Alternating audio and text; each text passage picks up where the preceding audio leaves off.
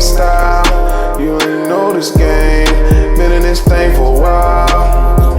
Yeah, yeah, yeah. Been in this thing for a while. Been in this thing for a while. Been in this thing for a while. You don't even know my pain. You can't even match my style. You don't even know this game. Been in this thing for a while. Yeah, yeah, yeah, yeah. Been in this thing for a while. Been in this thing for a while. Yeah.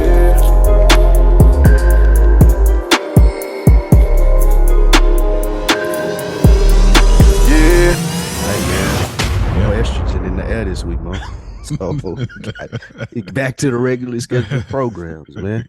Yeah. What'd you think about last week's episode? Have you gone back and listened to it at all? I just listened to it today. What'd you think? How my Keisha do? I'm going to tell you a couple things. Markeisha, if you are now a subscriber to our podcast, shouts out to you. A couple of things. Yeah. One, I was thinking about, I don't know who Derb is podcasting with, but I was thinking like she would be a great female. Mo still in my swag, the executive that's producer. What you had in mind? I need to bring you with. Nah. Okay. Like that's what Derb expected me to do, pull the plays like that for him. But you think that'll be a good idea? Because she has that L'Oreal, Angela Yee type of voice space, kind of. And I think that if she does this enough, she'll kind of slow down as far as because she talks fast, but like she would slow down and the rhythm would flow because she really had it, especially for a first time, on the mic. She really had it. And I think that if she was able to make that commitment, she would kill. So I just thought, I was like, man, and then I like the flow of it. I definitely understand why you like the Joe Budden 6 mic thing with the female. I can see that because it does give that. You need that. Right. It does give it a little different flavor. You know what I'm saying? Right, so I did like the flavor that we had there with a strong black woman on. So who knows? But I really did like it. I listened to it, and it was such a great episode, bro. I swear. I was laughing like Rich, too. I was like, I was on one. Shout out to Rich, man.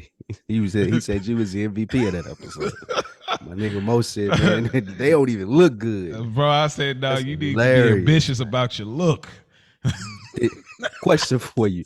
Did Dro hit you up? Did Dro still hit you up? Did he hit you up? No, Dro hit me up. He hit me up. He might have sent that video you sent to the group chat. Yeah, he sent that to me. Okay. I was just sharing with you guys. Yeah, he sent me that, but nah, he hit me up every here and there. Like when I took the break, he hit me up or whatever. But like, nah, he didn't hit me up about that. But I don't know. Maybe he felt where I was coming from. Like, yo, bro. Like, no, I don't think he did. All right, man. I can't believe y'all had me on the island by myself on that. Like, I'm like, are y'all kidding? I'm gonna tell you. We'll get into this because we got a couple good topics, man. Y'all know what this is. This is another week in the books. This is chapter 60, man. 60 of these in the books, Mo. So love it, man. You guys weren't here last week. Great episode with my Keisha. My she brought her into the space. She did a wonderful job adding a lady's perspective to it. Yeah. And that's what we were talking about. So just to pick up like we do at another week in the books, we didn't leave you on an island by yourself, but I do think it's youth. It's your youthful exuberance that like Rich is a little older than you. I'm a little older than you. Dro a little older than you. So I feel like that's what it was. Like we probably have a little bit more experience. Me and Rich we would have been in high school together. Like that. He's only 3 years old. But he would have probably been like a senior and you would have been like, what, a sophomore? Yeah, come on. Yeah, that's a gap though. He's closer to my age than yours. I ain't that old, Maurice. I'm going.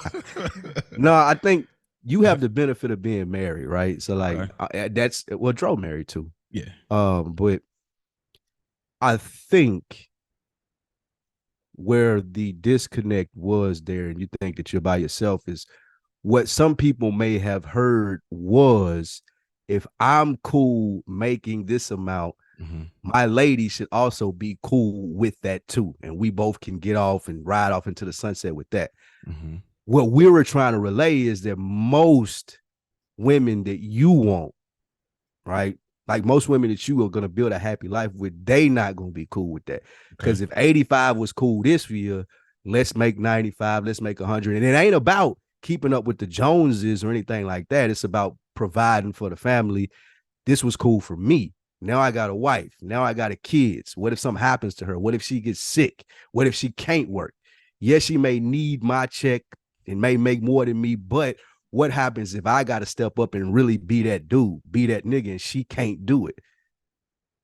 I think that was the disconnect because you was like, well, brother, she got to figure it out if 75 ain't enough. Like that's how it came off. Yeah, I could see that. And just to again, a little more context is just for me, it's just more along the lines of like, if I'm already doing well financially, let's give it a test run and let's see what's up. Let's see what's going on in our account and how we're living first. Then from that point, if we need to do an assessment and say, okay, you need to try to strive for more because of our living arrangement, let's go for it. Don't just come in telling me, oh, because you make this, you need to make more because I'm making this.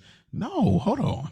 You can't like yes, no, nigga, yes, no, bro. Like we're gonna agree to disagree because it's like it never, because my focus is just never gonna be on a monetary thing. It's like it doesn't hold up. I can't tell it. I can't say this enough. That's fair. I think when the disconnect comes though, it ain't about your monetary aspirations though.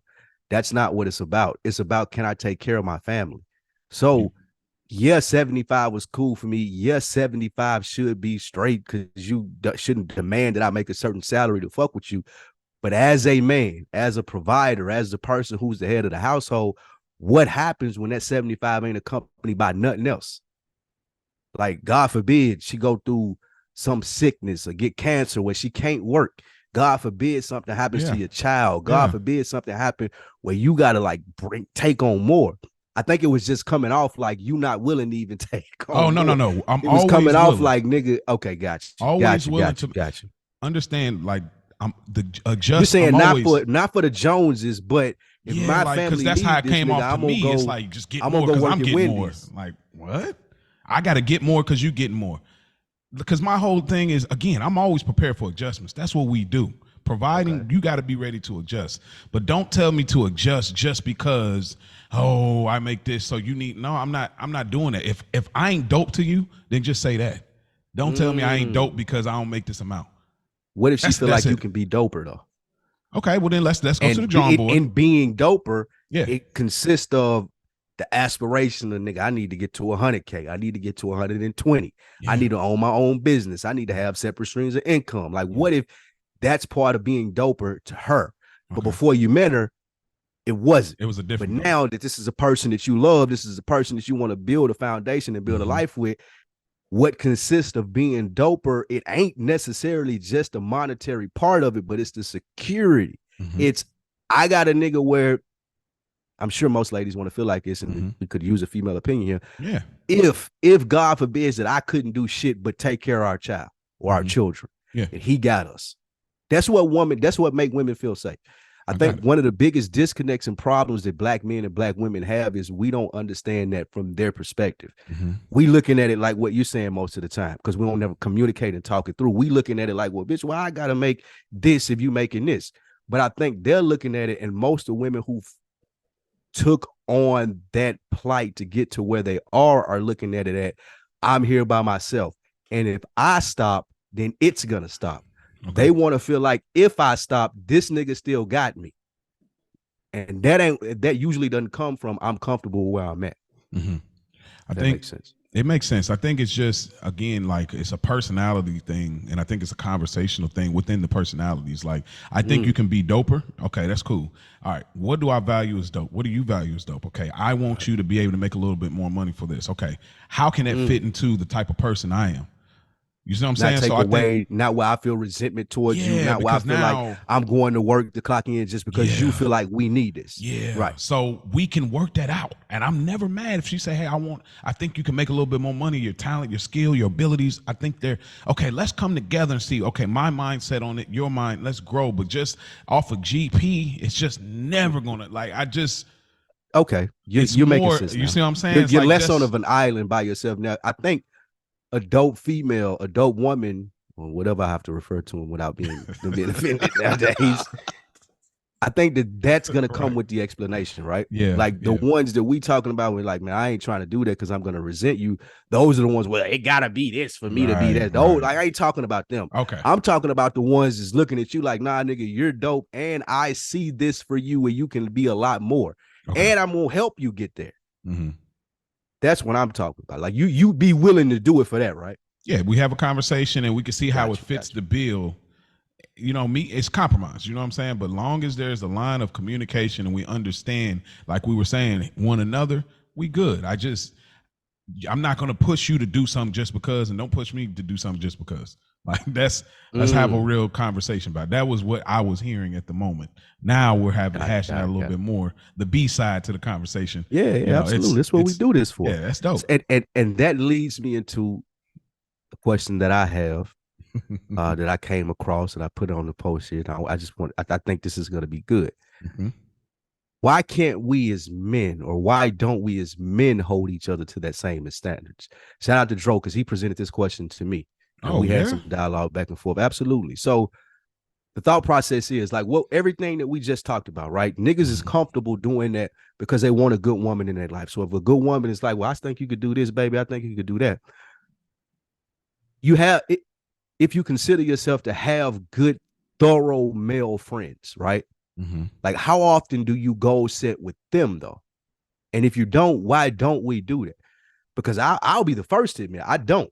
Right, like pushing them in that direction to get more money. Even presenting the idea, right? Like, how often do we sit down as men? I see women on Instagram all the time. They got vision board parties.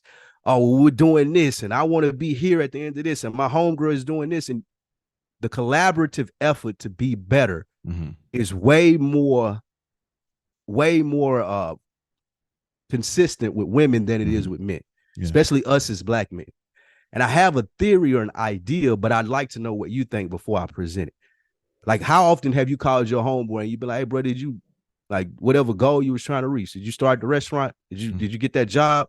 Did you prepare for it? Like where are you with this is what you was trying to do? It goes back to our support conversation. It's right there. Because it's again, and even the conversation we had, the episode or chapter 58 before my mind, like, right. It's this weird thing with men where, see, like, I mean, we live in an age now where women are a lot more independent and maybe less submissive because they're getting the bag, they're doing their thing. Right. But naturally, I feel women have more of a submissive spirit. They're great followers. You know, they can lead, but they're better in the follower position because that's the way I believe God has set it up. Now, so I believe that they don't have a problem with taking direction from somebody else, especially women to women. Men, it's a lot different because we're naturally leaders. So the minute another man steps in and he's checking on me, holding me accountable for my goals or whatever, wait a minute. Wait, I'm the little homie now. I'm the little bro now. Like I'm son now. That's crazy. But I don't agree with it. But I could tell you where did that come from? You think? It comes from, we never seen that before. We never seen a level of our fathers, our uncles, they getting together one another. They might be having a beer at the barbecue, and they actually like, yo, hey man, yo, cuz what you got going on though? Like, did you put that business play together? Did you get that? We don't see these things, so it's like we always feel alone. We always feel like we got to hold the whole weight of the world because, and then when we finally get to a place where we're comfortable enough to say, okay, this is what I'm doing. I almost feel like we might be even nervous to even present this to our homeboy. Why? Because that's we can't. What I was struggling. It's that rejection. It might be the rejection. It's something in there. I can't. I have an idea. Okay, go for it. An idea. What's the idea? People gonna think I hate hip hop, even though I do on deck, and I've been talking so bad about. No, Spike Lee. I thought they said about Mo. I think we are afraid of confrontation. Okay. And as black men, we were taught that what confrontation is we got to do fisticuffs. Yes. You don't agree with me, nigga? You done disrespected me. All right, let's go fight. And Big Jeff would appreciate this because Big Jeff said, man, Lou, you watch all these white people TV shows, right? You watch all you praise all these white people TV. You say that too, right? No, I'm saying I'm in that party with you. The reason being that what I discovered in watching these TV shows, when you try to get a break away from the reality, is how white people or people of different races hash out confrontation. It's a conversation. It's not, we got to go outside and fight. Very rarely do you see that happening in like with successful people or people who are affluent in business or whatever.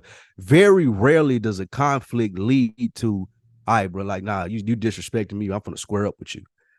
I think the reason that we're scared to have business conversation, goal setting conversations with each other as brothers because we know that it'll lead to confrontation. You said that. You said that just now. Like, we know that when a nigga check you and be like, bro, you told me you was trying to start the business. What's up? Like you ain't followed through on that. You ain't really doing nothing to say that you want to do this. You just told me about it and I ain't heard shit about it since. Like, what's up with it? And then our response, because we offended that a nigga called us out, is like, nigga, like you said, you ain't my daddy.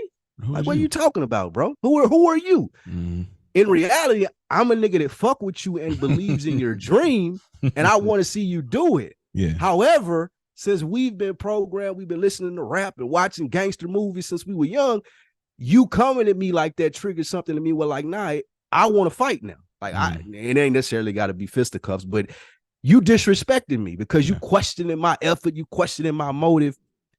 And I think that we don't communicate with each other well enough to work past that initial feeling of, why are you coming to me like that? Versus, you know what, bro, I appreciate you asking. Here's where I'm at with it.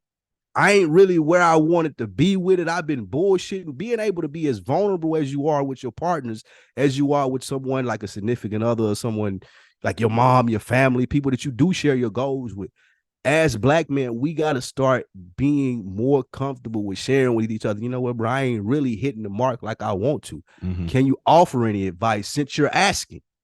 Like, you feeling froggy? You feel like someone's disrespecting you because they asking about your goals and dream? Put the mirror back in their face and be like, yo, bro, I appreciate you asking. I actually needed this done. Can you help me out with it? Versus feeling like you're asking me this because you feel like that I'm being lazy and not doing it.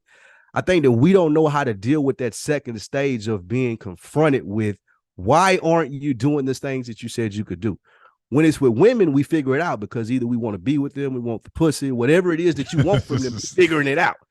But when it's your homeboy, you can be like, you know what, when I pull out from here, I ain't never calling this nigga again. Or it's going to be like 2-3 months because I don't really need nothing from you. I appreciate it, or I thought I appreciated you being my homeboys when we can pull up and watch a fight or watch the game together or talk about fantasy football. But when I'm trying to hold you accountable, now you feel like I'm slighting you. And now it's this little wall between us, and now we don't talk no more. We so quick to, I feel like, go to that place as Black men because we're afraid of the confrontation. We're afraid of taking the next step, having the communication and being like, nah, bro, I fuck with you. That's why I'm asking. Even when a motherfucker responds, it's like, nigga, why you asking me that? Like, I think it's on both ends. It ain't one or the other. It's both ends. Like, the nigga being offended because you asked and you being offended, not being able to respond in a likely manner to move the conversation forward. I said a lot right there. It was on my soapbox. What do you think? Nah, you hit it right on the nose. That's exactly what I was talking about with the club incident with the homeboy. Like, that's the mentality I feel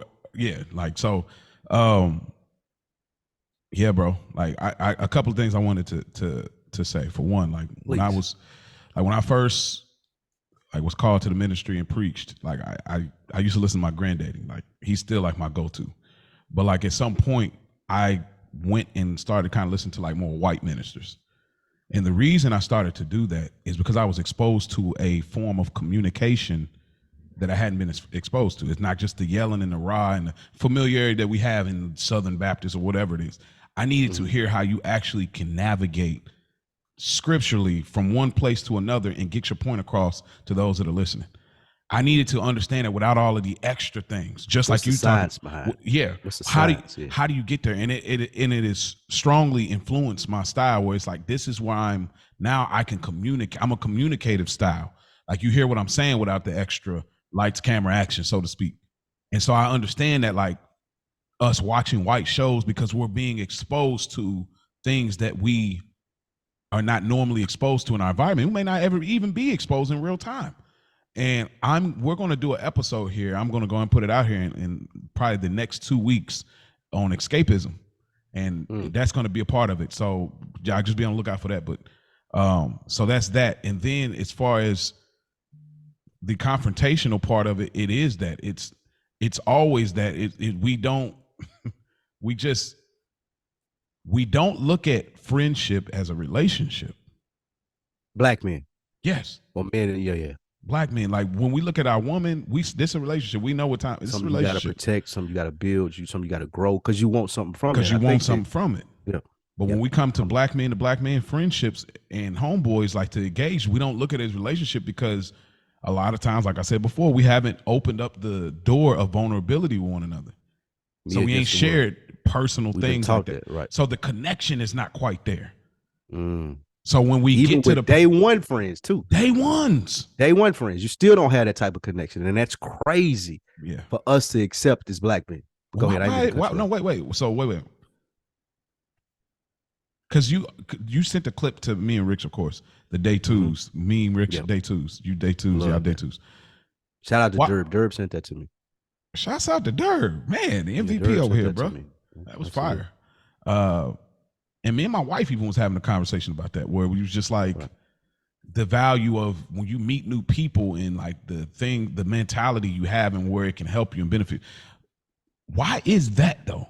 These day ones, he spoke to it a little bit in that clip. I don't have the clip on hand, but like he spoke to it a little bit on the clip. But why is it like, for example, like let's say me and you having a conversation and you might be more willing to talk about something that was really personal where you might have been like, bro, I had no intent on sharing this. I don't even know why I'm sharing this now.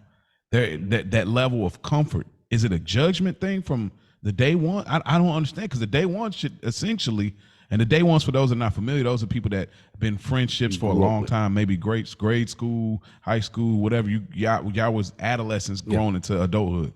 And day twos are the people that you may have met from an adulthood on that have picked up where you left off as far as being an adult.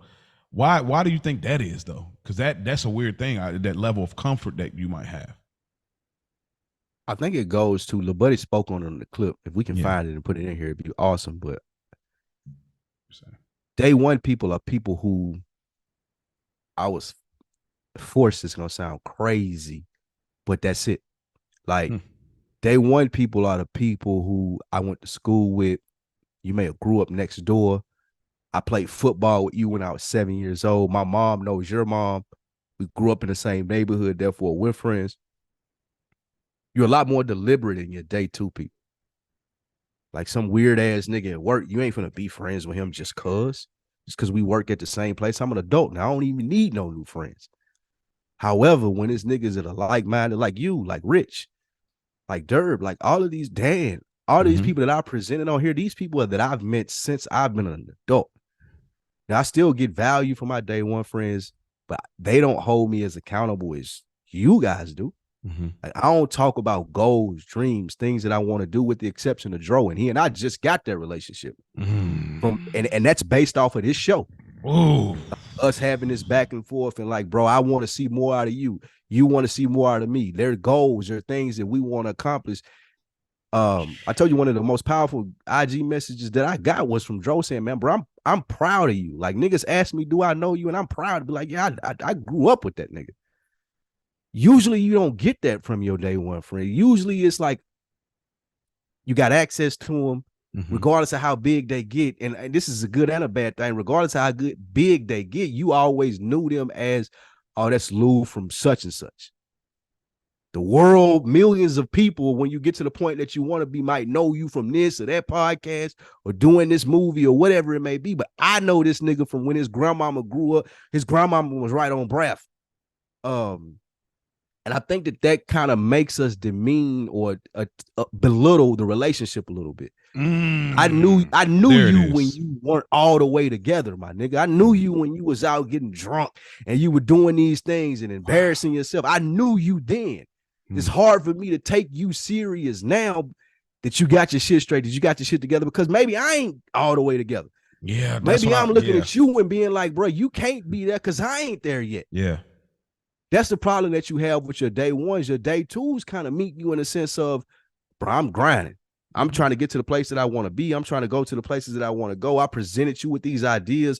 The reason that you probably connected, example, you, me, and Rich. The reason that we connected is because we're all involved in this game of podcasting, media, broadcasting. We all want to be better at that. We'll share memes, we'll share texts, we'll share news that make us better at that. We'll have conversations that make us better at that. With your day ones, it's a lot of, like the dude said in the clip, oh man, do you remember that time you did this crazy shit? Do you remember that time, that bullshit that we got caught up into? And it's hard to get past that because that's what you relate to them with. You start growing, you start doing new shit. They don't understand that, especially if they not growing, if they not doing new shit. One of the reasons that Dro and I connect so much, and I keep bringing the name up, is because he's growing. He's doing new shit. I wear the makeshift hat all the time. I don't have that on now, but shout out to my guy, Lil Tink. Their tequila bar was just mentioned in the Nashville Business Chronicle, whatever. Cold. Black excellence, baby. Black excellence, baby. This guy grew up 4 years younger than me. Had a dream, started a tequila bar. I want to do this. I want to be the bartender. I don't want to just own it. I want to run it. I want to be in there. I've seen him meet every step of his goals, and I've supported him. I'm so proud of him as far as what he's done, because I know how easy it is to get away from that. And the reason that I bring that up, and the reason that I say that, because a lot of times they won't mention those things to you. They won't say those things. Yeah. And we get comfortable with, hey, I know this nigga from way back when, and don't acknowledge what they're doing right now. They tools don't know that. They don't know when I knew you back when. They can't bring up your past. They gotta hold you for what you say you do. So I almost feel like this is the theme. It felt like the theme of the episode, don't it? Hey, like we can go. We feel like we going somewhere with this. It. Like, hold on, wait a minute, because this is good. This is the theme of what we do. Like, I got a lot more on. I've been thinking about this all week. You thought this all day. I've been thinking about this all week, son. Let's stay here then. Let's stay here then. You never know. We might be able to bottle because we didn't present. Yeah, we didn't present what we had. Give me 1 second.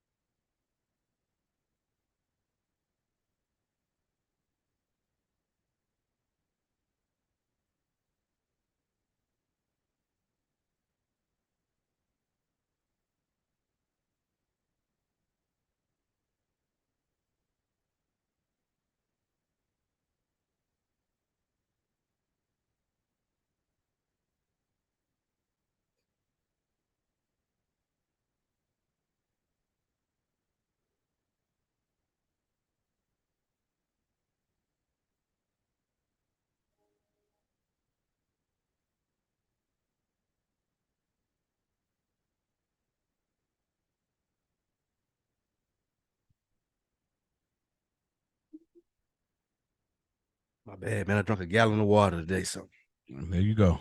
Gotta be more healthy. Nah, I got stuff. I got stuff about that too, bro. I've been making some new health episode. Well, we need that because I'm getting fat. I'm bullshit. Really. Hey, bro. I gotta get in my health bag. We're gonna bring that up in here. Granted. Let me jump right back in. We're gonna bring that up in a moment because I got a lot of stuff. So I like this. Let's get to it. Yeah. Okay. So when we talking about this, day ones. See, this is when you did that. Well, first, let me speak about something that I did as far as like a day two, and maybe not even necessarily a day two, but like, so there's this individual online that like, I've spoke about it before, but I have a page called Sopranos Peaks, and now I'm at 6,000 followers. Ooh, bro. Hook. Yes, I can't believe it. Like when I hit 1,000, I put out this video. It's this whole thing with Paulie mixed in with like the Twin Peak blend, and that thing is like almost at 400,000 views. It's crazy. I can't believe it, but I stayed consistent. I mean, I started off. I remember I was looking at the people with the 1,500 followers, 2,000 followers, whatever, and I was just like, man, I can't wait to get to 1,000. That's gonna be great because I knew I was going that way. I hit 500. I'm like, okay, I'm getting there, and then out of nowhere, once I hit that certain video, it just kept going like daily, like I said. So it's over 6,000 followers. But again, all my other pages, even Good Earners, 300 something. My page, 300 something. I don't have followers like that, but I found a way to be anyway. But there's a person on there that I looked up to in this space that was already at like 1,500, and obviously I've passed him. And so he quietly. So he put this thing like, I'm thinking about rebranding my page. I want to grow it and this and that. And, you know, what's your comments or whatever. So I just left a long comment, just told him like, hey, look, this is the value of your name. I kind of gave him some game or whatever, just based on my point.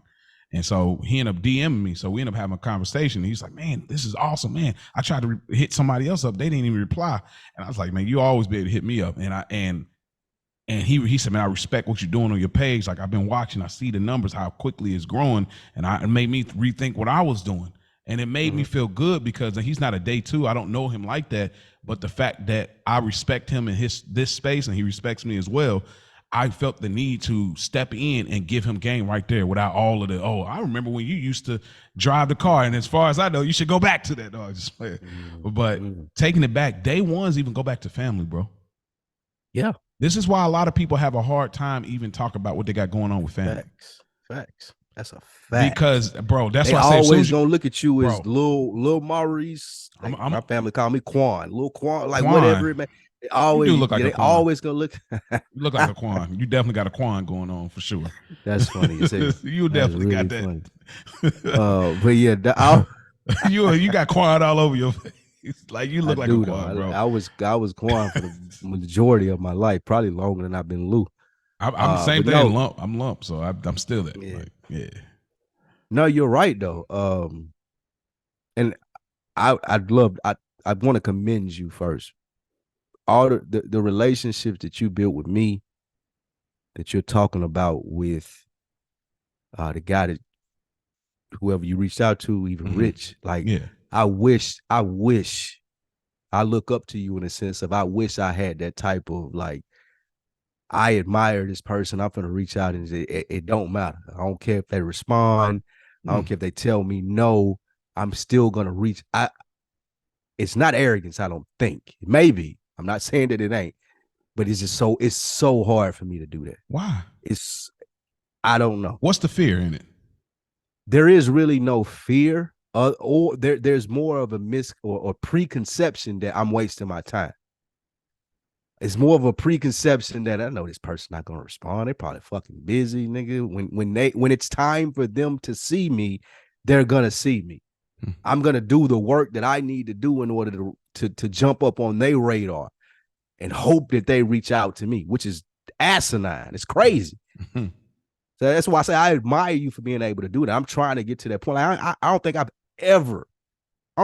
ever reached out to, other than the earlier days, like the internet, when you're trying to figure out how shit work. Of course, you know, you just jump your shot at, hey, Charlemagne, I do a podcast. Of course, you're gonna do that. But that's hilarious. I've been there, bro. Absolutely, bro. But I just, it's so hard for me to do that. Pause. It's so crazy to me because it seemed like, I mean, again, you're a salesman. That's what gets me. I mean, I know you don't cold call. I get that. Selling myself though. That's what I can. But this is what that is all day. Yeah, you're right. I'm not great at selling myself though. Okay. I'm not great at that. Why not? Even though sales is selling yourself, but if it's a product, because what you do, you are a product essentially, right? Facts. This is facts. I like authenticity so much. I hated salespeople before I got into sales. Okay. I like natural, I like this, tell me more about it, versus, hey, man, have you seen this? You know why it'll be great for you? I like more so, damn, man, nigga, I came across this fire-ass podcast, and I'm going to tell my homeboy about it, this, that, and third. Not, you should be listening to this because you're going to get all the information you need. Download it now. Yeah, that's hard for me to do. Because again, I'm judging that off of my personality. Though. I don't want to be sold to like that. But there are a lot of people out there that do take to that type of stuff, and I'm trying to wrap my head around it. But the main reason is I'm being judgmental. I don't want to be the nigga that like, man, here this nigga go trying to sell me something again. You but ain't there a low key way to do it where it's like, yeah, man, if you got time, you check it out. But you know, if not, it's whatever. Like, cause you don't, I feel like it's not like I gotta go check it out now. Streaming, like I feel like there's some ways to do it where you don't have to go crazy on the sales pitch. If you're like, whatever, like I've done it. Well, here's what happened. I was at work and I wore a shirt that I got made a minute ago when I started Roll. And I got it made like during the pandemic by my wife's friend. It's all cracked up. It's just a regular work shirt, whatever. But like the lady was like, "Oh, you have a podcast?" She could read. I don't know how she could read my name because it's just the cover of my podcast on there. But I wasn't wearing it to be like. I was just like, "Oh man, I like And so she's like, "Yeah, I got to check it out." And she went and looked at it and everything. I'm like, "Oh man." I'm like, man, she gonna hear what I'm saying about white people. She's gonna hear me get sexual. She's gonna hear me like, right. But at that point, I just had them, even at my job when it was like 3 ladies where they was listening. They was like, "Hey, you got a podcast? Oh man." I just like, hey, they was like, "You got a great voice. You should do this or that." I was like, "Actually, I got a podcast if you're interested." And boom, you know what I'm saying? So I think that when it presents itself, go for it. See, it takes so much for somebody to get that out of me. Oh, I got a podcast. Like it takes so much. Like they really got to dig for me to be like, yeah, you should listen. Like, because again, I have this thing in my head where if you come across it naturally, then you're more likely to like it versus me telling you to listen to it. Like a nigga would have to tell you. I ain't saying it is. This is a Spike Lewis. All right. This is crazy shit in my head. Okay. The only child, off of like an an island by myself. Island. Yeah, gotcha. Right. This is me like thinking like, nah, this nigga, if I try to sell it to this nigga, then he gonna this is nigga that was in my Uber that was trying to sell his podcast. Versus, man, I know you from somewhere or whatever it may be. Mm-hmm. It's harder for me to be like, hey man, I do this and you should listen versus just someone describing it naturally. I don't know why that is for me. Even with like in spaces now, when somebody knows that I have a podcast or whatnot, they'll tell people before I do. Oh, he does this and been doing it for this long. And of course, when they ask, I'll tell them. But it don't ever end either with, oh man, download it. Let me make sure I send you the link. And like, if you care, you'll find it, which is probably wrong in a marketing standpoint. Somebody that does marketing probably is yelling at like, what are you talking about? Yeah, like this nigga is crazy. This is a Spike Lewism. I'm gonna tell you this. We on air. I'm trying to get out of it. Spike, I need you to do it. No, I ain't. I'm not even. No, I told you I had a meeting. I had a meeting with a marketing person 2 weeks ago. They said the same thing. Like, nigga, just because you good at it, just because you think it's flat, like you still gotta go sell it. Like you still gotta get out there. You gotta shake hands with people. You gotta do the networking. You gotta do the marketing. You have to do all of those things. If you got a good product, then what's the problem? Right? Because you have those abilities. It's so humbling though. I would say this, it's humbling, right? It's humbling being in a position where you've been doing something for a long time and you present it to somebody as like, oh, this is this fresh new thing, man. You should check it out. It's humbling for someone to be like, because I've been that person. Nigga walk up to you and hand you the mixtape CD. Nigga, I'm throwing this in the trash, bro. I'm never going to listen to this just because you walked up to me on the street and gave it to me. Like, and again, that's just a me thing. Some people get on that way, but I'm looking at it like how I judge people that come up to me and try to present something. Like I'm walking through the mall, hey, bro, check this shoe cleaner out, man. Let me clean real quick, bro. Just check. Like I'm looking at it like that when I'm presenting my product, and I shouldn't. I just have such a hard time on you being a salesman. Like it's like you're a superhero, but don't want to use your superpowers. It's the craziest thing. Like it's like you're Batman, but you keep saying, "I'm going to be Bruce Wayne. I'm going to keep being Bruce Wayne." No, I'd rather What's the nigga name? Returning to the green thing. He'll never like turn it into it. Bruce Banner. Like you're Bruce Banner. That's exactly you. Like it's like, bro, you know you can mollywop everything in the city. Now I just want to be the scientist. Like, bro, are you kidding me? That's a really good. It's the way that's what I would. I don't know when you go to your therapy session next, but when you do, I think this will be an interesting because it's the crazy. Like if you were not in sales, if you was in like a production manager or something, I'd be like, okay, I get that. You're more so get the workout. You know what I'm saying? I don't ask me to sell and try to present and presentation stuff. So get the workout. But the fact you're in sales is like, it blows my mind. Like I can't believe you're actively in it. Like it's like what? You know, but we'll keep. No, that's fair. We'll keep working through it. But again, like just to reemphasize though, I know you'll get past and you'll start to figure it out. But like me even reaching out, it's like because at the end of the day, bro, I don't got nothing to lose. See, what does that mean? People say that, but what do you mean when you say that? Because I'm already the difference between us that we've talked about before is I already look at myself as dope. Okay. So if I don't lean on, if somebody don't reply or leave me, the little bro, me, little homie, whatever, I'm not gonna look at it like, dang, I left myself in a realm where I could be looked at as not dope because they, gave me this humbling experience of throwing my, so to speak, CD out the window, or never check out the pod, or never sharing, or never speaking, or never replying. I don't look at it like that. I already look at it like I'm already dope. I know I am because I've done the research. I've took the time to make the product as great as I can, I believe, at this very moment. So for me, it doesn't hit the same way. I think for you, we talked about legacy and things, how people speak on you, and that is important. But I think at this stage, it's not as important to me how you organically come across it versus I got to be able to sell it. Saha the Prince has sold us. You know what I mean? You got to talk about, like, he sold us that No Dope on Sundays. He sold us. And you be like, I ain't about to check that out. But then you check it out. Guess what? It's fire. Fire. And so it's like, bro, I'm telling you, another week in the books is No Dope on Sundays. We're telling you that. And so it's like, okay, whatever. And then, all right, I'm going to go check this out. Oh, man, they wasn't lying. Put it out there. You know what I mean? So, but taking it back to the day one conversation, like family, like, that is such a challenge, man. And it's very hard. That's why day twos are so valuable because, bro, I tell family all the time and they know what I'm doing, but they don't know the details. They not actually listening like, oh, I heard when you was talking about this. Oh, that's why it's huge what Dro does. Like I got one, my cousin, like he was interested in getting in this space as far as like the fictional style. And he talks to me and stuff, but I've told him numerous times about what I got going on, not to promote it, just saying, yeah, man, on the show we talked about this and that, not trying to push it, but like at some point hoping like, hey, bro, I heard what you're saying, that was real. Or my other bro who, we have these conversations that really could be an on-air conversation that, but again, it's like, I don't know what it is with families. Like they don't,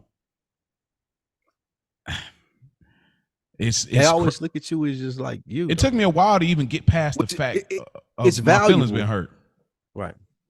It took a while to get past that, to be honest, because here, you want to talk about a humbling experience. I'm about to give y'all something here. My father-in-law, I speak about it all the time. When we was on the ups, I was telling him about, hey, this is my podcast. This is what I do. This is when I was like probably season 1 of Roll or whatever. And I'm like, it really wasn't in the space I should have been presenting, but we had gotten to a place in our relationship where we were really comfortable. I could share certain rap music, would share certain things. I shared it on YouTube. I'm like, all right, here's what it is. I'm like, okay, I'm breaking down. This is what's going on, blah, blah, blah, yada, yada. I put it on. He's kind of listening. And I'm just letting it play. I don't want to look over there, you know what I'm saying? Because I don't want to look at the reaction. I'm trying to just, be humble and chill. I look over there, he's asleep. my feelings was, bro. My feelings was so hurt, and I was like mad, bro. Like, shut up. That might be a root cause of where y'all at right now. It might be. I know you, Momo. You hold grudges, though. Yeah, you hold grudges. Nah, I really know. I more so hold chips. Yeah, you got to chip. I don't because I won't be mad. I won't be mad at people. I'll just more so use it as fuel. It's recyclable. You looking at them like you do look at them like fuck you now. Well, I'm not saying that's definitely from a pastor's. I have a pastor say that. You say it. I have a pastor say that. Yeah, I have a pastor. You are wild. I tell you, you said something that was important there. Yeah. You're like, I don't have anything to lose. And doubling it back to this goals with friends conversation. I think part of the thing is we think that we have something to lose if we keep it real or we hold our day ones to a standard. Right? Like, I'm used to you being this way. I grew up with you, nigga. I know you ain't always been like this. Okay, cool. But I'm this way now. Right? And out of fear of loss, a lot of the times we don't hold our day ones to the standards that we hold new people to, or even that we hold ourselves to, because like I've had this relationship for so long. How would it be in my life if I don't talk to my friends I've been talking to for the last 20, 25, 30 years in some cases? And I think that's part of the things that we get into. Like you said, I don't have anything to lose. With your day twos, you looking at it like what I have to lose is the perception that they had me of, like the six, like even to be a friend with somebody at this stage in life, bro, you ain't gonna be friends with bummy ass niggas. Yeah. Right. So with day twos, like the perception of what I have to lose is I'm going to keep bringing it to the door when I talk to these niggas because they expect this out of me. Mm-hmm. When my day ones, like they don't expect really shit. We was all forced together. We were jumbled in because we came up in the same neighborhood. We played on the same football team. We had some of the same interests when we were young. But now that I'm older and I have a fear of loss of those relationships that I had for a long time, I feel like there's something to lose when I ask this nigga, hey, man, why you didn't do what you said you was going to do, bro? Like, you've been telling me that you wanted to start this type of company for 10 years or 5 years or 4 years. Or ever since I know you, you've been in this space. Like, why are you not doing the things that you need to do to be successful at? And being able to take that response and then continue to have that conversation and that communication is like, look, bro, I'm asking you this to make you better. I don't give a fuck if you get mad at me. I don't give a fuck if you don't want to talk to me for 2-3 days.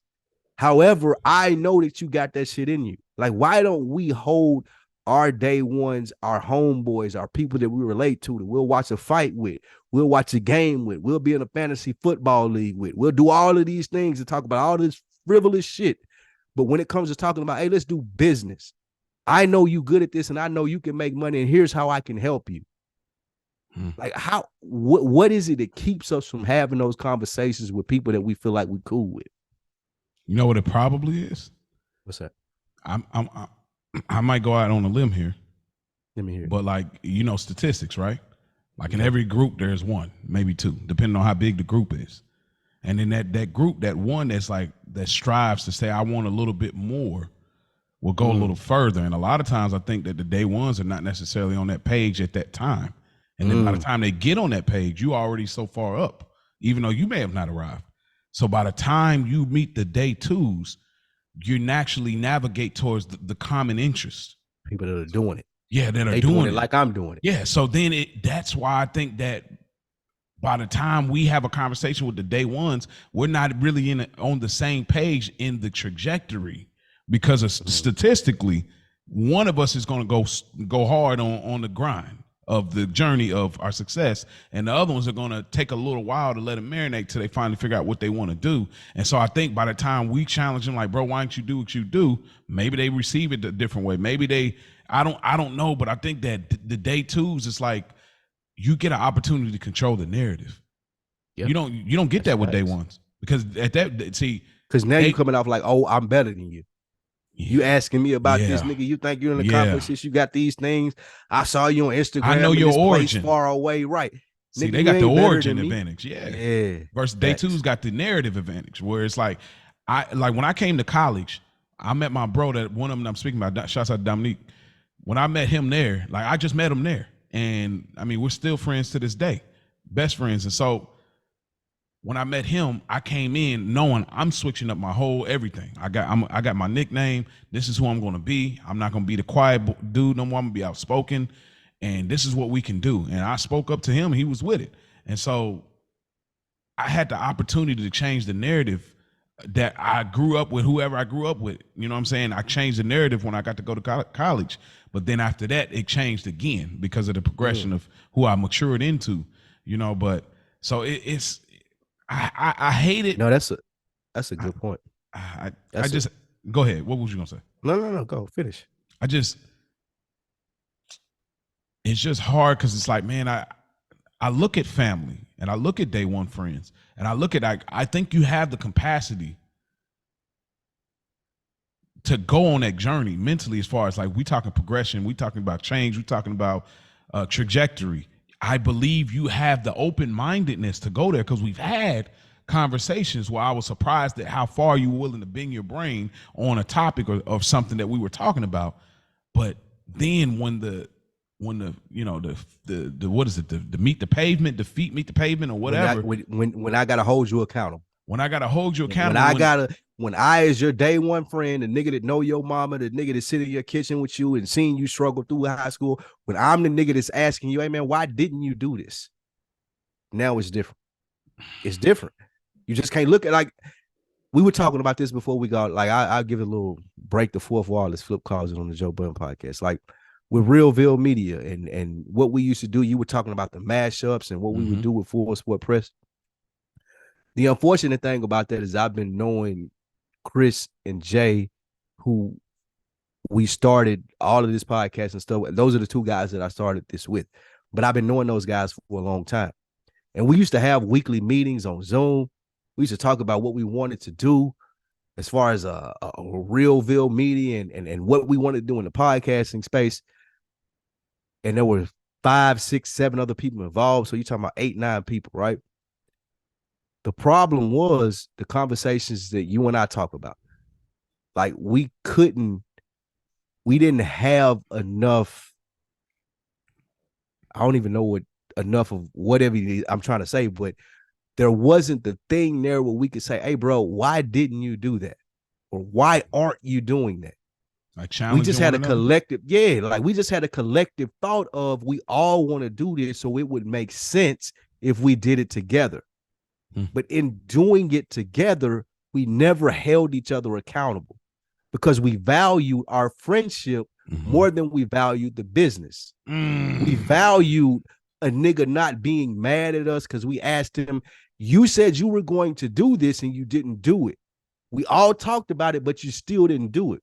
Or we all getting together, we having these conversations and you ain't giving the right energy. You got your arms crossed in a meeting. Like you wouldn't do these with these white people who you work for on a 9-to-5 basis. But when we all get together, oh, you don't have nothing to say. You're playing the game while we on Zoom talking about the goals or whatever we want to do for our company versus bringing that up with niggas and having that conversation. It's like, oh, well, fuck it. I can do it by myself. I don't need you niggas to do this. Like I can do this alone. I don't need you niggas to do this, but that's kind of lazy. Like I'll take full blame. That's kind of lazy for a nigga to be like, hey, bro, like, why aren't we doing the things that we said we would do and then expecting that reaction like I talked about earlier and having that conversation versus just being like, you know what, fuck it, I'll do it by myself because I don't want the confrontation. I still want to be friends with this person. I still want to hit them up about Madden or football or just goofy shit in chats. But when we're talking about business and holding each other accountable, it don't go nowhere because nobody wants to overstep that line. Do we feel lonely as black men? Do we cling to as much black I think it's hero male ball. Experience? It is lonely, but a lot of us are playing hero ball. A lot of us are being like, nigga, I can do it by myself. Hero ball is like in basketball in the term where I'm going to come down every time and take the shot because I don't trust these other niggas to catch a pass. I don't trust these other niggas to make a shot, even when I put them in good positions. So I'm going to play hero ball. Even if it's 3 people checking me, I'm going to shoot the ball because I got more confidence in myself than I do with these niggas who are supposed to be my teammates. So we get to this point where we start playing hero ball. All right, you don't want to do it, I'll do it. All right, you don't want to do it, I'll do it. And then when you're in a collective and you're doing that, as an individual, you start thinking about, okay, well, if I'm doing everything, what I need you niggas for? I'll just do it by myself. And again, that's just a little insight to how the things that I've been through and experiences that I have in podcasting and working and having business with friends. A lot of it is because we don't want to hold each other accountable. And what I want to figure out with me and you, whatever we do from here is like, how do we get past that sense of, I'm going to hold you accountable and I don't want you to feel a certain type of way about it. I don't want you to think I don't like you. I don't want you to think that we can't still talk about football or Madden or music or any of the other things. But however, in business, there are different conversations that need to be had and niggas need to recognize that. Like we should have conflict in business. If you're as thought out an individual as I am, like there should be stuff that we disagree on. But that don't mean we got to run our corners and be in isolation and say, oh, I'm going to do it by myself. We should be able to talk through it. Okay, you don't feel this way about it. Why? Like I talked about earlier, asking another question. Yeah. Okay, this makes you feel this way. You don't agree with this. Can you give me some more information? Can you give me some more details? Do you have stats to back up what you're talking about? Taking each other more seriously as black men in business settings is something that we have to be able to do, bro. We have to be able to set goals with each other. Even with me, you, and Rich. Like we all have our different things that we doing. You have your podcast, I have mine, I have this. You, he, and I get together every Sunday. There still should be conversations that we should have. Okay, as a business, what do we want to do with this? Yeah. And we've refrained from having that conversation because we so cool with each other. I like you. For real, I like you. That's real. I like That's real. Rich. Yeah. However, because of the person that you are, Yeah, because of the person I am, because of the person that Rich is, there gonna be some topics that we disagree on. Yeah. And we're wondering as black men, like when we come to that disagreement, what does that lead to? Are we gonna be able to get past that? Am I gonna be able to look at you the same way? That's what we got to deal with, I think, right in front of us. Like, how do we deal with that conflict and confrontation that comes with it's natural in business? Yeah. It's natural, but we don't know that as black men. Like, because a lot of our business is selling drugs or illegal shit. Yeah. I hate to say that. And then the conflict from that is, I'm finna kill this nigga. Yeah, it ain't a conversation to be had. We beyond that now, though. Yeah. We're in spaces where we can have business conversation and disagree with each other, but we need to figure out, all right, what's the resolution to this? How we get to the end without the conflict ruining the friendship? That's what I want to figure out. Well, hope it wasn't too much. No, it wasn't. You cooking today, bro. And I think that it's like, how much do you value the business aspect? How much do you value the product, the journey that we're about to take?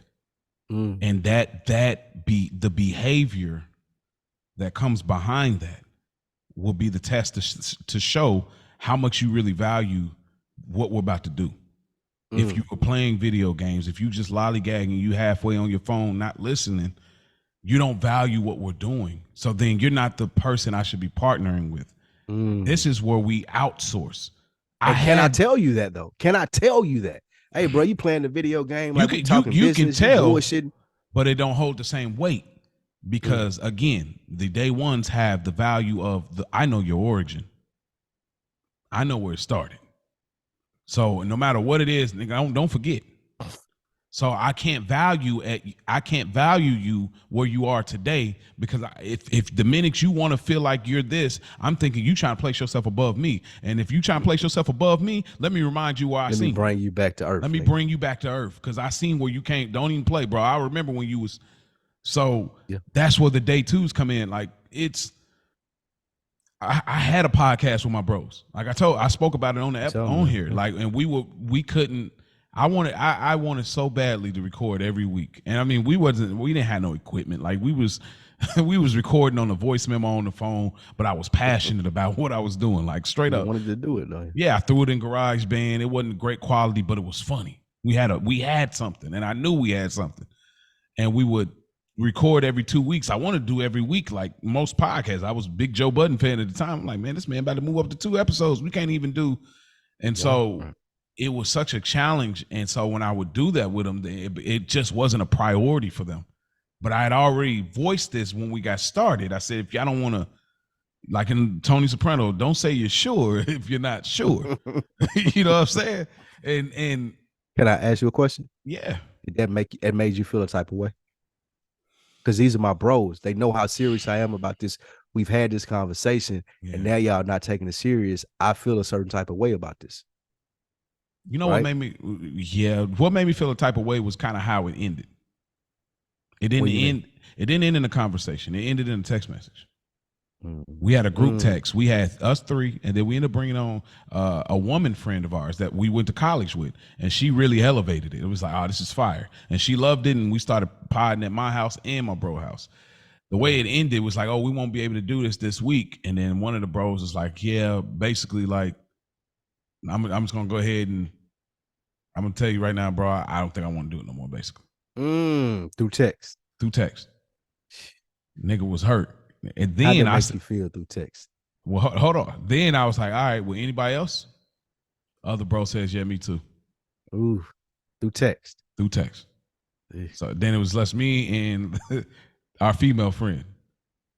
And she was like, well, I still want to do it. She had only been probably a part of 5 episodes. So she was very passionate at the point. But then when me and her started doing it, we couldn't stay consistent either. So I just kept getting this stab in the heart, so to speak. I'm like, dang, nobody will come through for me. I know y'all, but nobody will come through for me. And bro, I had a Britney Spears experience. Like, I had this hair before, and I cut it off because I just was like, I was jacked up, bro. You shaved your head after that? Yeah, I went back to the face. You was going through it, man. Yeah, bro, because That's what women do. They cut their hair off when Yeah, they go. you're right. You're right, bro. You're right. Like I was looking for a change. I was looking for That's real. Yeah, that was real. But I was really in a space where I was just like, dang, y'all just left me out to dry. And this is, mind you, this is after the DUI stuff. You know what I mean? That was all. That night I got locked up was a night. All of that was on your head too. Yeah, so it was just like, dang, for real. But at the same time, I appreciated them because I knew they wasn't. I tried to sell it to them where it's like, whatever y'all doing, we can promote it here. Okay. Whatever y'all doing. I wanted to make sure I met whatever they needed. I didn't want to say, oh, this is just about my dream. Let me figure out how I can sweeten the deal. But like when that happened, it made it so challenging for me. And I mean, y'all, if y'all can go check out my Instagram. I showed y'all, I got a bunch of podcast covers of different concepts that came to life that didn't. And so it's amazing that we're 60 episodes in because with them, we only did 25. And so it's somebody you don't even know.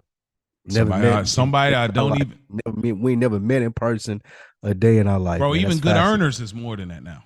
Facts. Crazy. You said something so important there that I got spoken to this week about, and it's text messages, right? And my mom told me, like, my cousin she was diagnosed with cancer recently. Sorry to hear that. And thank you. I'm not a big phone guy, you know that. Yeah. And I've been texting her to make sure that she was good.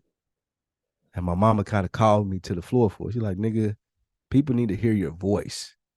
Like, nigga, people need to hear you are concerned about them because you mean a lot to them, and you need to call and let them know how much they mean to you. Don't text people and ask them how they fucking doing. That's my mama, damn near her exact words, not fucking, but that was damn near her exact words. And I was like, you know what, you're right. That makes perfect sense. And to break the fourth wall here, and I asked you about this beforehand, so we'll get into it. You sent me a voice message this week. text. And you're like, hey, bro. Yeah. I've been thinking I'm always wondering, Mo sent me, but I've been thinking. I'm like, oh shit. What is this mean? What Mo been thinking about? Oh my gosh. What Mo been thinking about, man? Yeah. And I promise this is gonna lead into everything that we've been talking about. This is great stuff. It's coming so natural. Yeah. Pause. Oh man. It's crazy. You sent me a voice message. You're like, man, I've been thinking, bro, like another week in the books is great. I like it, cool, but we need to change the name. It ain't catching. It's a little more.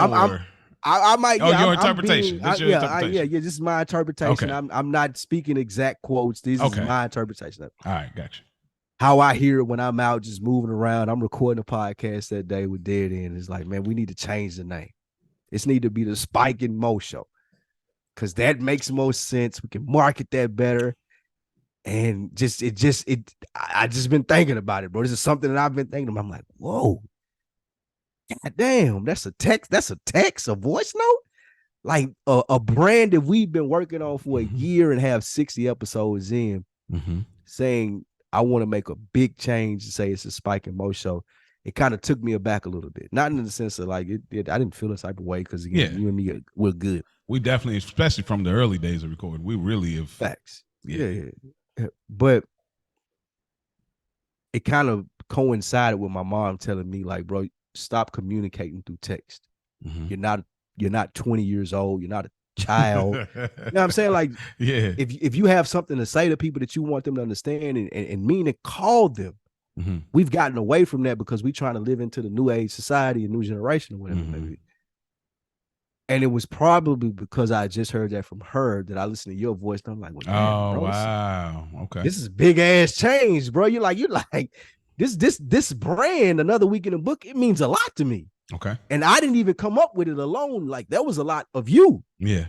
It was a lot of, we're going to do the Spike Lee show or whatever. You're like, well, bro, it may sound better doing this. And then it was 60 episodes in, the brand means a lot to me. So for you to say, man, like, I think we need to change, like, that automatically put me on defense mode. Like, what the fuck is Mo talking about? What are you talking about, bro? Where would that come from? And then why would you send it to me in a 2-minute voice note at 9:30 on a Tuesday? Like, what? What's going on? And I didn't even respond. I know. And I didn't respond. I ain't even respond. I don't know how you took that, but I ain't even respond. I was like, oh, he didn't like it. He didn't like it. I immediately, oh, he didn't like it. 2 days later. Yeah, so we gonna talk about this on the podcast this week. I just kept it moving like. And it wasn't even that. It wasn't even that I didn't like it. It just had more so to do with like how the universe lays out for us, and my mom just giving me that information. Yeah. And I'm like, if it was really important to him, he really wanted to talk this through and get my thoughts about it, then he would have called. Mo got my number. He's the dude that reaches out to niggas and be like, hey man, I listened to your podcast. What do you think about this? Like, Mo don't have no apprehensions in calling me. So my first thought was, no, I do have apprehensions. I'm not even calling you. That I do. I do have apprehensions calling you. Don't think I'm comfortable calling you. That goes to part of what we're talking about now, right? Yeah. And that'll get into my point. Because what I'm thinking is, and when I'm listening to my mom and pressing my feelings about that, I'm thinking, well, I know Mo, and you just corrected me, but still I was thinking this then, like, if this was something that he was really like, he would have called me. We would have talked about this. We'd have talked about this before we shot the show. Like, this is just something like this Mo. This is like him he's sitting thinking, I don't know what he's going, but he's just thinking this. It ain't really real. It ain't really that serious. Yeah. So I just disregarded it. Okay. And I'm glad that I could bring it up here and we could talk through it, because I want to let you know how much that just the name Another Week in the Books means to me. Okay. And I think just changing it would be something totally different from what we've presented to people and where we want this to be. Like at some point, like we talked about with Joe Budden's having 5, 6 mics, if we find qualified brothers enough to sit down and have these conversations with us on a weekly basis, I'd love for that to happen.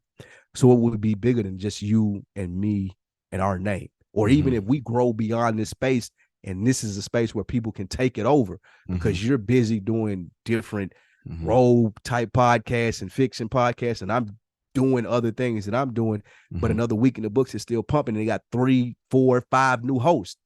I see that for this podcast. So the reason that I didn't respond was, one, again, just having a conversation with my mom, but 2, going back to what we was talking about in Goals with Friends. We need to get more comfortable with even presenting an idea that I think I don't know how you're going to take this, my nigga. I don't know if you're going to like it or whatever, but let's talk about it. I don't want to send you a text. I'm not going to send you a voice note because it may not be perceived as how I wanted to perceive it, but I feel passionately about this. I think that we could do this. I think it's something good for you and me or this brand. I want to talk about it. I don't want to exchange text messages about it. I don't want to exchange voice notes about it. Let's have a real deal conversations. With you telling me how you feel, I tell you how I feel. I don't like this, you don't like that. We shy away from that nowadays because it's so easy to shoot a nigga a text message. It's easy to shoot a nigga an email or a voice note and say, hey man, this is what I was thinking. And now they got to modify how they thinking and make it short enough for a voice note or a text message. We need to get more comfortable. And even in this sense, I know you don't take it. I don't take it personally. You good? Great. Perfect. Even moving forward, just like if I feel passionately about something, I'm not relaying that shit to you through no text message, bro. I'm not relaying that shit to you through no email or whatever. You and I are going to get on the phone or get on the Zoom and we'll talk about it. I'll hear what your rebuttals or what you have to say about it that you don't think is cool. And we can have or come to a resolution where we can move forward and build a plan around it versus texting back and forth or sending voice messages back and forth. We got to get more comfortable with doing that. And a lot of relationships that I've had in business have been with friends. And the reason is because we're able to just leave it short. Well, I don't agree with that, so I ain't never going to address it again. It'll never happen. We'll just go our both separate ways, and boom, that's how it ends up. Versus, now let's get on the phone, let's hash this shit out. If it's an hour conversation, if it's 2 hours, if you ain't got time right now, nigga, when do you have time? Let's talk about it because I feel passionately about this.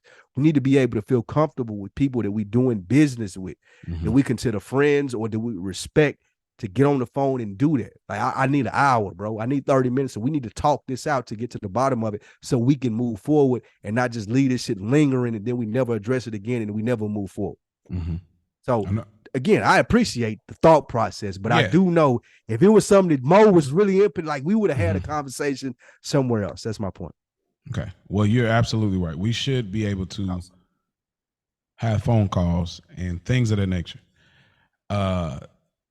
For me, you spoke a million times about how you're not a phone person. That's one.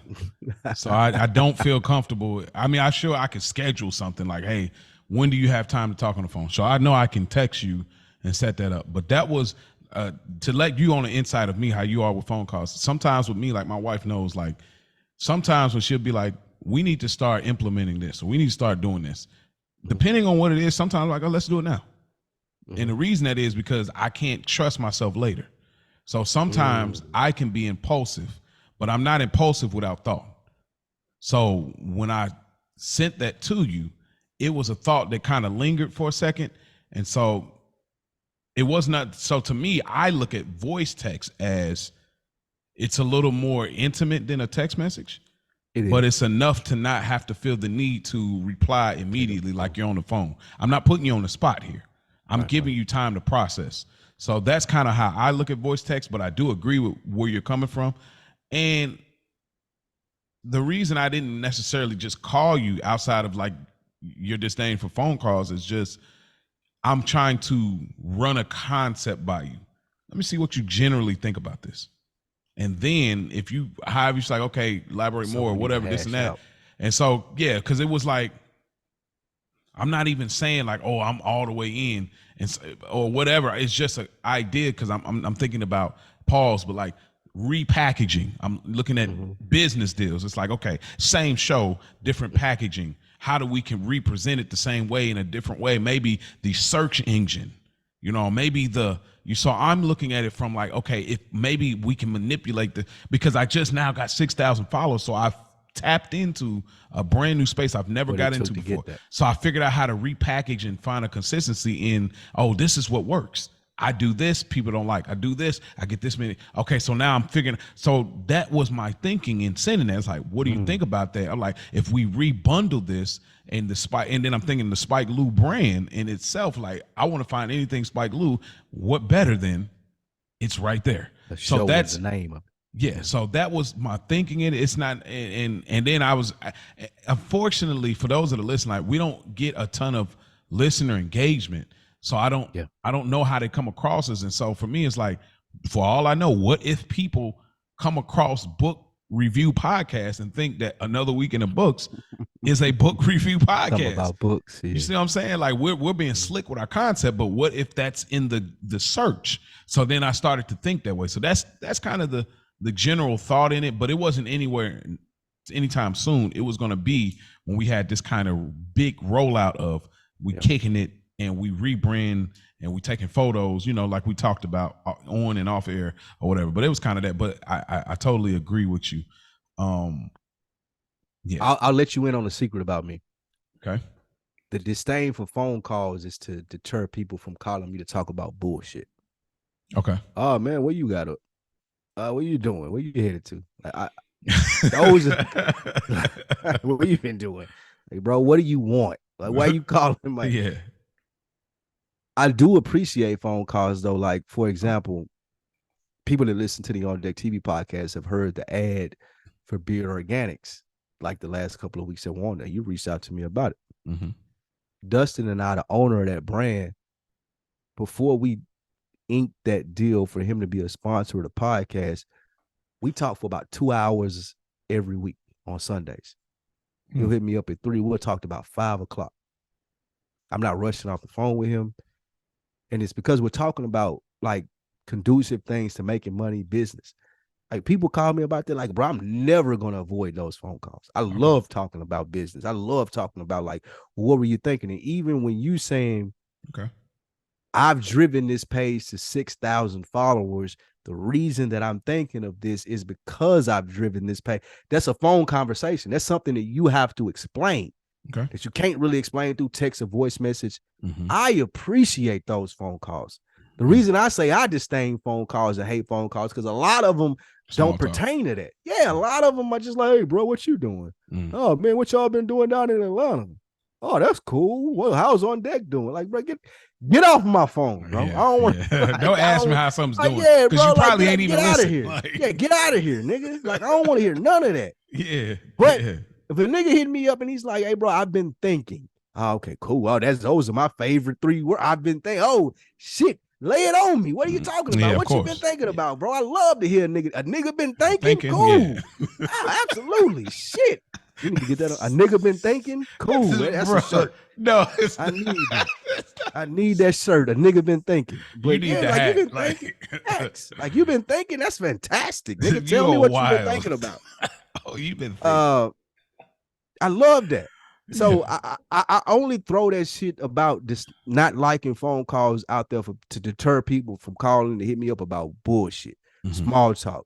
Oh, this, that, and the third. But nigga, if we talking about how you and me could both do better in the space that we're in, I'm here for that every day. Now I may not be available when you're available. You might have to schedule, like you said, like, yeah, I need it Sunday at whatever time. Are we good to talk? Of course, cool. Let me clear some shit out. Let me move some shit around. Perfect. Let's do that. I don't ever want you to think that you can't hit me up and be like, hey, let's talk business. That's perfectly fine. But also, I don't want you to hit me up and be like, bro, man, I had a rough day today at work. You know I ain't gonna do that. You know I ain't gonna. I know you not. I know that quick. I'm just like, doing that. Yeah, that in the early days, maybe. Now it's like, nah, I know. You know who you can talk to. Like with you, Rich, I know what type of conversations that can be had. Facts. No, but I'm just... Yeah, but I appreciate the thought process. I appreciate the I've been thinking. What do you think about this? Give me some feedback, or I have some feedback for you. All of that's fantastic for me. I love to talk about those. The business talk is my favorite type of conversation, bro. Okay. Other than our TV shows, after business talk, then Sopranos, The Wire, stuff like that. I love talking about. Yeah, cool. But if a nigga hitting me up talking about, hey man, we can make I've this. Maybe you could do this different. Maybe you could contribute to this and making money this way. That's how we came up on the advertisement deal with Beard Organics. It's just a natural conversation of, okay, well, how about I do advertising on your podcast? Oh, okay, cool. What would that look like? How much would that cost? Perfect. Let's put the deal together. Those come from conversations where, like, I respect what you do as a businessman. You respect what I do. What can we figure out together? And that goes to, like, again, goes with friends. Not just hit niggas up on bullshit. Okay. You have to show, and you do this a lot. Like you said, you reach out to people, and it's not just because what do you have to lose? It ain't just the thought process of it. Subconsciously, you're thinking like, bro, I'm trying to build with you. And there's a purpose. Why wouldn't you try to build with me? You're doing this. You're in this space. Why would, like, who are you? And I wish I had this type of guard that you have for this. Like, nigga, who are you to tell me no? Yeah. I don't give a fuck that you've been doing this for 10 years. I don't care that you've been doing this, that, and the third. I don't care that you got more followers than me. I do this. You do this. Let's have a conversation about business and how I can help you and you can help me. I love those conversations. Yeah. That's part of the reason that you and I are friends. Yeah. You big facts, bro. Wow. All right. Well, let's put a button on this, man. Let's do it. They have no idea. This is a Lil Wayne, like, in the basement freestyle right here. Absolutely. Like this, and and we have a concept, but y'all get this concept later, and we'll reveal that when that concept happens. But let me just end it on this note. What would you say to somebody that is, I got a family member that I'm not going to speak of on the air, but this is our closing statement before we give all of our handles and everything. What would you say to a family member? Maybe it's a day one, and it's like, they're kind of stuck in that loop. Everybody around is kind of doing the same thing. Their family, their friends are kind of doing the same thing. They're trying to do a little something, but overall, it's still kind of the same thing. Let's turn up still. Let's just do this still. What would you say to them? They're like, man, I want to meet new people. I want to get outside of my comfort zone and do something different. I don't know how. I'm always around my family. I love them. I'm always around my same friends, but I want to build and do something else and meet other people. What do I do? I know you moved out of state. Both of us did. But like, I imagine you probably still met other people before, or maybe you didn't. I don't know. No, yeah, I did. I had to, a lot of it had to do with challenging myself, man. Like, I couldn't resort to the comfort of, people know you, you're cool, like you've been in this city and you've done your thing for people to know you and you're kind of popular. When I moved from Nashville, I couldn't resort to that shit. So I had to swallow my pride and be open to meeting people who I necessarily might not have talked to when I was at home, like might not have had conversations or relationships with. You just have to challenge yourself to be more. And that sounds easy for me to say, and you challenge yourself. But as people, as men, we know when we're in autopilot. You know when you bullshit, bro. Yeah. You know when you could be doing more. And for me, what it was in meeting you, and meeting Rich and Dan and Derb, all of these people that I've met, these day twos per se, it took for me to get out of my comfort zone and be like, well, you're not that cool nigga that everybody knows in your city. You gotta let the guard down. You gotta talk to niggas. You gotta understand, see where they coming from. Yeah. It ain't just about, oh, I'm this person, I did this, that, and the third. You should respect me for this. Like, niggas don't know you all over the world. I don't give a fuck how famous you think you are.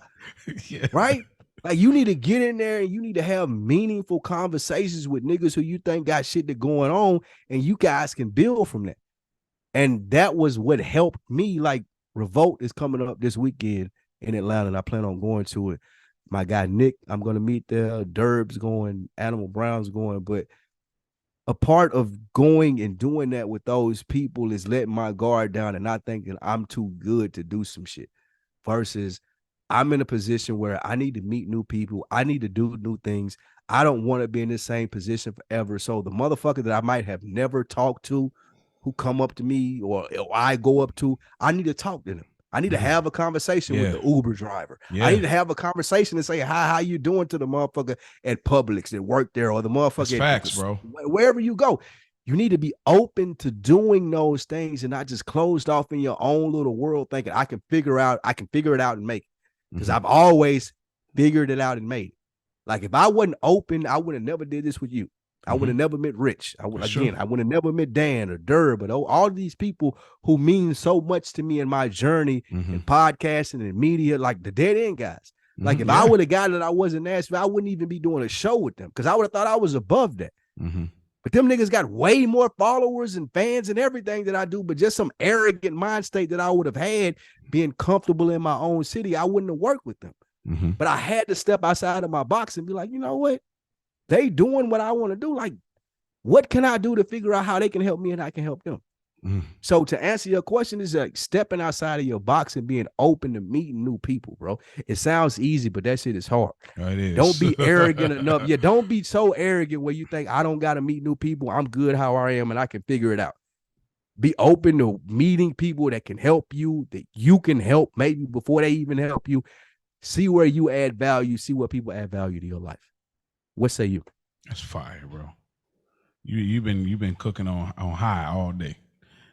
You've been cooking on high heat. I was waiting on this, hibachi style today. Shout out to, like, I'm gonna send him the instant message too. But Dro got me thinking like this, because he sent me a couple of questions that I really had to address after we did that last episode. So this is what got me thinking about this. Absolutely, man. He's a big contributor. I've been watching Dro, man. He getting push-ups. He motivated me, but we're gonna talk a little bit more. I hope he don't tag me, man, because I ain't got 20 in me. I just hope he don't tag me. I got 20. I ain't got more than 20. I got 20. Don't tag me, bro. Like, I hit 15. I struggled a little bit on the 15, but I got 20. I struggle with 10, man. I got to get back to it. You said we're gonna talk about. We're gonna talk about it next week. I promise. Like, and it's gonna be great because I'm out of it, man. I need some motivation for the health shit. Yeah, we're gonna have a great conversation because I want to talk a little more about it. But just to put a bow on it, for me, it's like you said, all of the things that Spike said, and for me, again, like it's okay to reach out, bro. Like, this was my problem. This is why I do it now. Not just to know that I'm dope, but like when I was younger and I was in middle school, high school, I would never reach out to the girl that, like, I had a crush on. I would wait, like you said, organically. I would wait for her to notice me. Like, I'm like hoping she noticed me so I don't look lame, look corny. I would never, pencil sharpen. I got the fresh shoes on and all whatever, but I'm waiting, and then I see somebody, and then I see who she get with, and I'm like, man, this nigga, he lamer than me, like, or he's whatever than me. I'm better than this. He put his shot up. But he put his shot up. But he was funny. Bro, I missed a lot of opportunity because I didn't want to step out. I was too concerned. If she says no, I'm trash. That's my mindset in the 2000s, middle school, high school. When I got to college and even at this point, that's why I reached out. I'm like, bro, I don't care. My brother used to tell me this, and my brother used to be like, bro, what's the worst I can say is no? For him, no is just like whatever. But for me, no is like, dude, my heart is broken. They tell me no, and that's a confirmation Nigga, of how I was a shit, right? Yeah, I'm not who I thought I was. So for me, it helped. But eventually I got to the age now where I'm like, bro, who cares? They don't say that, oh, well, who cares? Because now I'm at the place I'm doing the work. And I know that I'm doing the work, so I know I'm dope. But it took a while to get to that place. So anybody listening, I would say that if you know you're not at that place, and you probably won't reach out, try to make new friends, make new opportunities. But like, if you know you've been putting in the work and you have a real skill, and maybe it hasn't been acknowledged or revealed yet in society, you got to already know I got it. Stand on that shit. Stand on it. Stand on it. Dope. Yep. That's what helps me drive and reach out to people. So that's what gives me rejection is not always horrible, bro. Like sometimes it's a fuel, and I use fuel a lot. I need that. You know what I mean? Like Michael Jordan, he used every game, whatever. You didn't. Oh, okay, cool. He made everything fuel for him. So I use that same kind of mentality. We better get out of here, but what you got going on, Spike, before we get out of here, bro? Same old, man. On Deck TV podcast Wednesdays, DeadEnd Sports on Tuesdays, live streams. You can check out the podcast as well. Of course, another weekend of books every Friday, and Good Earners on Monday. Shout out to my guys, Rich, Mo, man. I appreciate you, brothers. I love and enjoy working with you guys. Yes, sir. And we hold that same sentiment, and of course, I feel the same way. Y'all can go check out Roll, the audio drama series. Go listen to season 1, 2, and 3. Season 4 is currently being worked on as we speak, but go check those out. And like you said, Mondays, Good Earners, reviewing the Sopranos, man. It's fire, man. Come on, even if y'all don't watch the show, y'all get entertainment. Number two ranked. I gotta stop doing that. Rich, hold on. I gotta say this, and I'm getting out of here. We're done because you got stuff to do. Rich and Spike, y'all stepping on the product. All right. What you mean? Stop saying second. Just say it's number 2. No. Say one of the best shows of all time. If y'all not gonna say it's number 1, Rich, you listening? You my guy. 101. I seen your post and I replied. Stop saying second best show of all. Nobody who's gonna tune in? 2? No, who's gonna tune into that? I would. That's not a selling point. Oh, let me go check out. Well, what's the number 1? Nobody tunes in for 10? Number 2. You know how many Sopranos podcasts it is, and we came in. No, I'm not talking about our podcast. Rich said he talked about some of his things that have been going on in the last few months or whatever. Okay, and so he said, I got to be a part of this show, Good Earners, and it's reviewing the Sopranos, that my second favorite show of all time. Oh, gotcha. Y'all got to stop doing that. Y'all stepping on the product, bro. You're trying to push the Sopranos narrative for the best. I ain't saying, look, I'm not going to tell y'all to compromise y'all true, because I know both y'all is The Wire, but just say it's one of the best shows. That's it. Instead of saying number 2. Nobody tunes in for number 2. So that's the type of audacity we need when having goals with friends. That's it. That's it, right? Y'all want an example? That's it. That's it. Challenge your friends, just like Mo did me and Rich right there. Appreciate it, man. No problem. Man, this has been great. This was good. It was freestyle. It wasn't documented. I loved all of this. I hope they like this too. This is the goal of where we're trying to take the show. This right here is what I'm intentionally. What's the email, Spike, before we get out of here? I need to pull up awitb2022@gmail.com, and y'all send us y'all thoughts on the show. Go rate, subscribe, and like to the show as well. Leave us comments. That'll help us get in the algorithm where we need to be, man. Y'all make sure y'all contributing to the show. Yes, sir. And that phone number, let me pull it up here real quick. You guys can leave voice memos. We will answer your stuff on air. Here. Absolutely. I might even answer the phone. You might even answer the phone. So it's up to y'all if y'all want to just leave a voice memo. Y'all want us to play it on air. If y'all just want us to answer, either way, y'all let us know. But that number of Another Week in the Books is 470-318-5034. That number is 470-318-5034. Absolutely. It's been a pleasure, my brother. Yes, sir.